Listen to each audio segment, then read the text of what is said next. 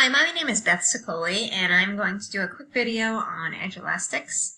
I am a teacher in 7th grade math, and I've been using Edulastics for the last couple of years in our district. My entire department does, and we have been using it for free, so it is free, and it's a web that creates assessments. You can create assessments. The good thing about it is you can collect data, and it's immediately graded. You don't have to do all the grading for most of it. Okay, so if you go to edulastic.com and you click on login, mine's going to automatically log me in, but when you go on, you're going to log in with Google. And I would log in with your school Google account because you are going to be using this for school, obviously. And it's going to ask you questions. Login is teacher or an educator. It's going to ask you, and you would do that. Your students obviously would not log in as a teacher. They would log in with Google again. If they have a Google account, I would recommend that. And then they could, they would write that they are a student. The first time you go on, it asks those questions. Obviously, after that, it doesn't go on anymore. This lady. Okay, so here's your dashboard. This is your main screen, what it looks like. And over here is your toolbar on the left here. So you can open that up more, but it just takes up part of your screen. So sometimes you like to minimize that so you don't see it all. So your dashboard is your main screen. If I had classes created, this is where they would be. As of right now, I don't have any classes because it's summer. You could sync this with Google Classroom, which is a great feature. A lot of schools are using Google. This is where you would create your assessments, or you would find your assessments. So right here, you could see I have a list of all my assessments. This is a new feature that they just added. It looks like a way of organizing your assessments, which is great. However, there is a way to search for assessments, which makes finding assessments easy as well. If you look over here, this is a way to create a new assessment. So I'm going to just show you that quickly, because this will be a quick little tutorial. You can create from scratch. You could choose from a library, or you could create a PDF. I've used the PDF once, and I do not like the way it looks. It's okay to use, but if you have, something already, it's better if you redo it. I know it might take time, and you're kind of reinventing the wheel, but once it's done, and it is worth it. Okay, you could choose from the library, so you could put in a subject area if you wanted to. So you could do angles, I'm going to say. I'm a math teacher, so I'm just going to put in angles. Now from here, I could filter this more. Actually, I'm going to reset all these because this is from before. So I'm going to type here, and I'm going to type in angles, and nothing's coming up. Okay, and I'm going to type in for math. I want to put that in, and then I could choose my subject. Oh, I already did that. I want to choose my grade, so I'm going to choose 7th grade.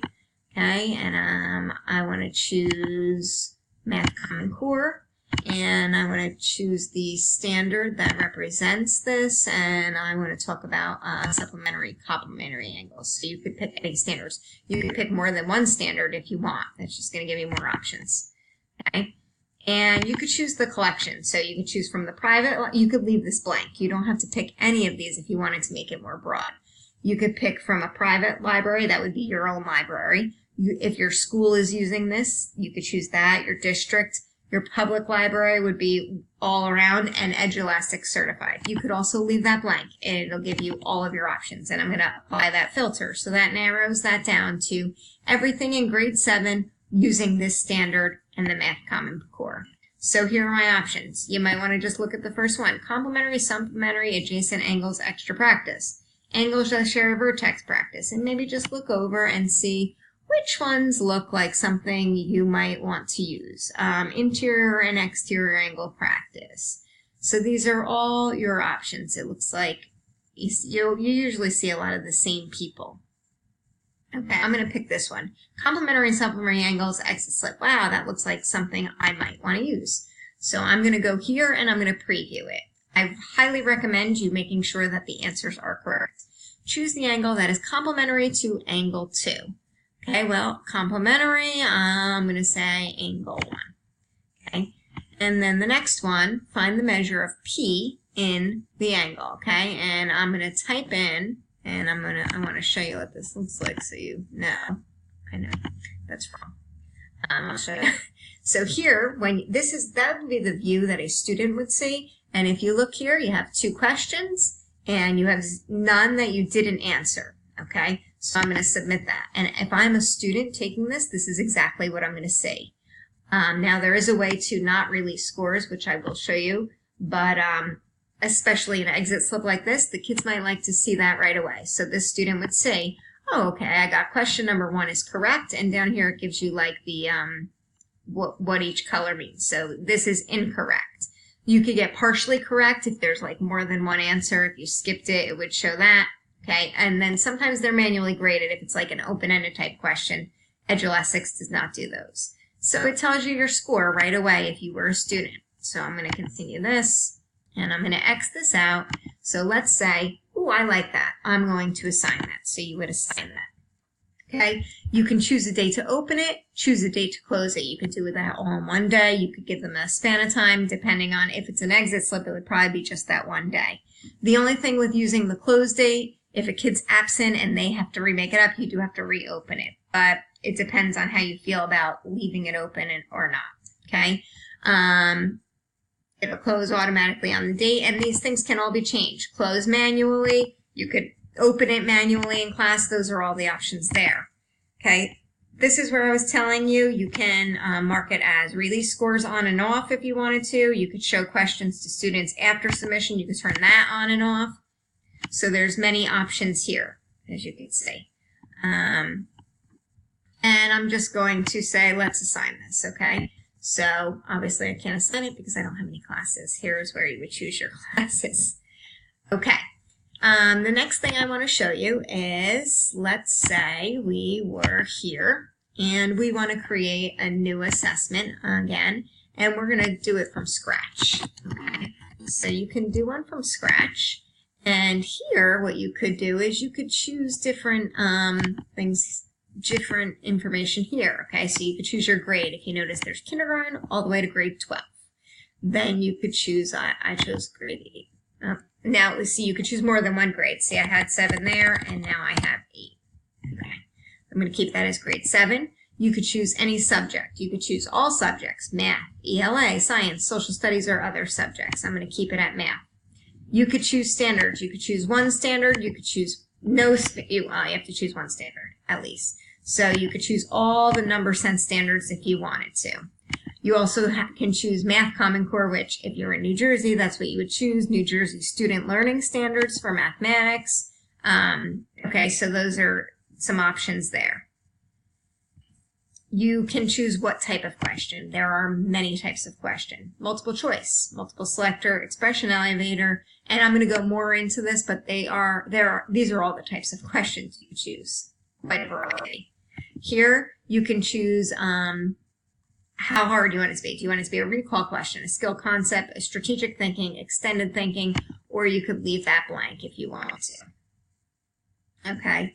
And here you could choose how difficult you want your questions to be. You want them medium, hard, easy, all the above. You could have all of them. Okay, so now when I look at that, this gives me options of questions, okay, that you could use. And as you can see, there are quite a few options.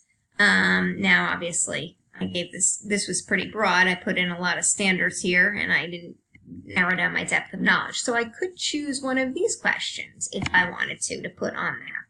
Okay, so right now I have one question in there. Okay, and I could review that to see what it's going to look like. The scale on a model train, and you want to look at that, and again, you want to make sure that the answer is correct. Sometimes they're not correct. Okay, so now let's just say I want to go back to the questions. You would hit question bank and you would be back to that page. So I could look for another question. I could also author a new question. Okay, I don't know if you saw that. I'm just going to go back to that. Right here is author a new question, and you could type in your question how you want it written. Okay, if you have questions that are already in a Word document, you could copy and paste them in. And here's all the types. So like I was saying before, there's many options. Multiple choice, Multiple selector, more than one answer. Text drop down, where you kind of give them a couple options that they have to drop down. Essay type, text entry, true or false. Now, if you look here, this is what I love about it as a math teacher. I used to use Google Forms, and you can't do a third of this on Google Forms that you could do on Edulastic. Okay? Numerical expression evaluator, fraction editor, classification, graphing, graph placement, graph plotter.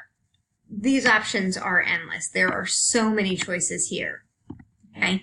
And then you have ELA Tech Enhanced, passage-based, where you have a passage and questions, sentence response, editing tasks, where they can have like a sentence that they have to edit, drag and drop, matching tables, classifications, matching again, okay, multi-part, resequencing, a lot of options here. So I'm going to choose a math text so I could show you that, and I'm going to click on that, and I'm going to type in the question. Now you see this little question mark here?